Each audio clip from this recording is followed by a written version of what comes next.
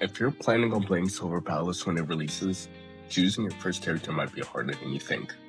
Right now, there are around 12 characters revealed, and every one of them plays completely differently. Some of them are straightforward, while others have complex combos. It is really a range between these characters. So in this video, I'm going to explain every current revealed character as quickly as possible and as simply as possible. So in the end, you'll know exactly which one should you be looking forward to playing. Let's start with our main character, the Detective. The Detective is a Gravitas DPS whose entire career revolves around managing and gaining ammunition. As you attack with your basic, build up bullets that can be spent on your skill. Also, your basic attack and skills also generate special gauge, which allows you to do an enhanced skill, which also powers up the Detective's ultimate. On top of that, their ultimate creates a field that slows enemies while dealing continuous damage. Bentham is one of the more complex characters at first glance just from reading her kit, but after reading it, I can say that she's honestly not that hard. She deals places damage, and her combat revolves around gaining and using funds.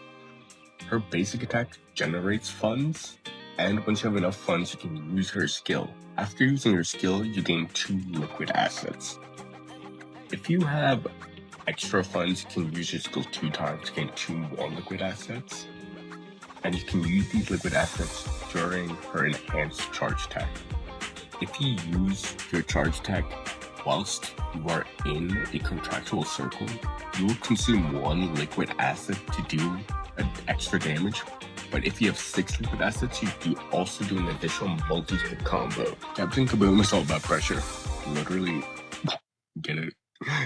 Every one of her basic attacks builds pressure, and once you build up enough pressure, you can unleash enhanced charge attacks up to 3 levels. And each level has a bigger AoE and deals bigger damage. Her whole kit unironically revolves around this charge attack. Her though seems like she's going to be the premier support during version 1, even though she's just a 4-star. If your team needs survivability, she's the one you're gonna call. She's a healer who also provides attack buffs with her skill. Her skill continuously heals teammates while consuming a resource called Special Serum. As long as she's supporting the team, she also helps reduce incoming damage. Grim, in my opinion, is one of the more useful characters in the game, as he is a specialized debuffer who specifically works for full-min DPSs. His job is to make enemies weaker against full-min damage by providing different debuffs that reduce their resistance. If you're building a full-min team, Grim also looks like he'll be a very valuable support. He also has like a 10% damage buff in his skill. I wouldn't worry about it too much in his skill or passive. But overall, he's just a great debuffer, and I think he'll be very valuable with another character we'll be talking about. Alf is an Ignis DPS who, like the Detective, has a combat system that revolves around ammo. Her basic attack gives you ammo, and you spend it on charge attacks and skills to do extra damage with the ammo you gain. Overall, her kit is one of the more simple ones, but just looking at her gameplay, I think she'll be one of the more fun characters to actually play, and I'm really excited to try her out. Argo seems to be the best general support in the game right now, as he gives a 1000 attack buff to the entire team. He does also give a slight Lacey's buff of like 10% Lacey's damage, but compared to like that 1000 attack, and he also gives like an extra 140 based on his HP. He just seems like a good general buffer for every character in the game. So if you're ever needing a team slot to fill, Argo seems like the guy to use. Lauren is undoubtedly the most simple character in the game. You just do your basic attacks, you press your skill once you build your gauge, and after you press the skill, you buff basic attack damage by 40%. That's a pretty good buff, but that's all I have to say about Lauren. He really is that simple. But overall, I think he'll be very effective with Rex, another character we'll be talking about. Fretia is the first 5-star we'll be talking about, and she is the other support we'll be launching with the game. But instead of healing, she gives shields to the entire team based on 40% of her max HP. She also gives the team a 12% attack buff when you trigger the Lacey's Resonance effect. So her, along with Argos, could be a really good buffing core for any general team. And I'd look out for her to be potentially one of the better characters. But her kit is a bit bare bones. She does also have like a special parry. Like she holds up her shield with the parry button and she like blocks damage. So that's cool as well. I think she'll be a good second option along with Fur though to give you two teams to start the game. Cynthia is the grouper of the game. She has a lot of skills that group enemies together really well. And she does also slightly buff Alba damage. So there's something. So if we ever get like a 5-star Alba DPS, Cynthia's there for damage buffs, I guess. And her ult can also be used off field to like group enemies. So it'll be like really good for like DPS rotations and AoE content. Overall, I think Cynthia is currently just a bit too niche. I'm not sure how she's gonna hold up in the long run, especially considering that we have a lot of bosses in this game, and Cynthia's just like completely useless against that. So that's a bit unfortunate, but overall, I think she'll be pretty good when she's in the correct environment. Gucia, however you say her name, is one of the only 2 Alba characters in the game, and both her and Cynthia have something in common.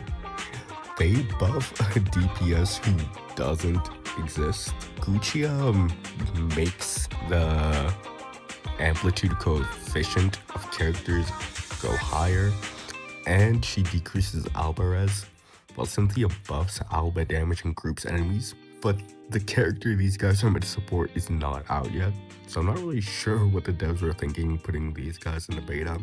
I'm assuming this character that these 2 are buffing will come out in CBT2, but her and Cynthia are really the characters that weird me out the most, and I'm curious to see what the devs do with them in future. Rex seems like he's going to be one of the stronger 5-stars in the game, but also one of the more complex to play. He's a Fullman DPS whose whole combat revolves around linking basic attacks with skills. His basic attack is basically like a combo filler between his skills, and how you use these extra skills is that your basic attack generates rage, and when you do have enough rage, you gain access to an enhanced skill that also links directly to your basic attack. Actually, all of his attacks like directly to his basic attack. It's honestly really crazy. He's going to be really good at comboing, and I think he's like really good damage potential if you know what you're doing. And I will personally be trying to get him on launch. He just looks really cool in combat to play, and his design is really good. Cynthia is a sub DPS who also has like a slight damage buffing capability. Her whole kit revolves around generating rose petals. Her basic attack gives you rose petals, and once you have 6 rose petals, you can use her skill to bring Rose into the bright rhythm stance. When she's like in this stance and you do a charge attack, she buffs the team's Ignis damage by 15%, which is really good, and spawns 3 rose petals. Oh yeah, by the way, I forgot to mention, rose petals can be attacked with Ignis damage to like make them explode. So that's where like the sub DPS part comes from. So it doesn't have to be her that has to like explode them. So like any Ignis character. Oh yeah, I also forgot to mention, her passive gives the team 10% crit damage every time a rose explodes, up to like 5 times. So it's just like a 50% crit damage boost for basically for free. And her ult spawns like 8 rose petals, so I don't think you'll ever be running out of rose petals to get this buff.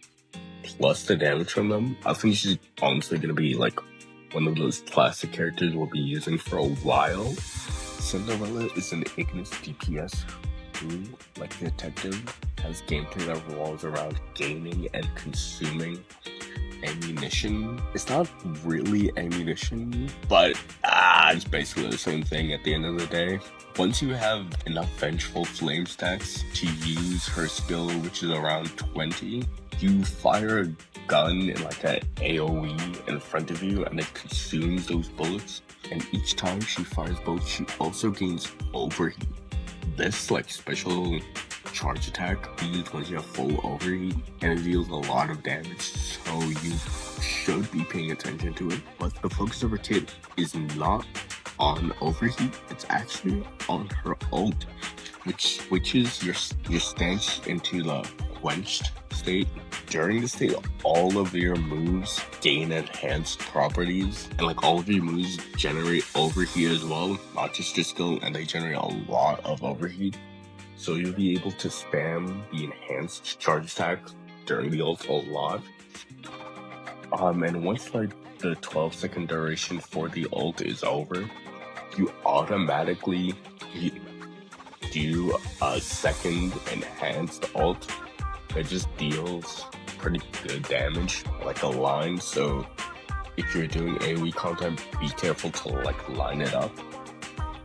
But overall, she seems like she's gonna be one of the better 5 stars. Actually, not the better, probably the best 5-star in the game on launch, just because of how much damage she's going to deal with her full setup. This was just a Spark Notes edition. Once we get closer to launch, we'll be doing detailed guides on every character, how to play them, their best builds, their best teammates.